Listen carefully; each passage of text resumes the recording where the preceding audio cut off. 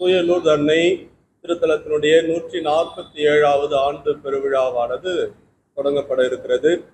April மாதம் 6ஆம் தேதி காலை 5:30 மணி அளவிலே புதுவை கடலூர் உயர்மறை மாவட்ட பேராயர் மேதகு பிரான்சிஸ் கலிஸ்டாவுடைய தலைமையிலே ஆடம்பர பாடல் கூட்டு திருப்பலி நடைபெற்று, பிறகு அருள்நிறை ஆலயத்திலிருந்து அன்னையின் திருவுருவம் தாங்கிய இந்த திருக்கொடியானது பவனியாக எடுத்து வரப்பட்டு மாதா குலத்தை சுற்றி பிறகு திருத்தல ஆலயத்தின் முற்றத்தில் உள்ள கொடிமரத்திலே ஏற்றப்பட்டு திருவிழாவானது தொடங்க இருக்கிறது.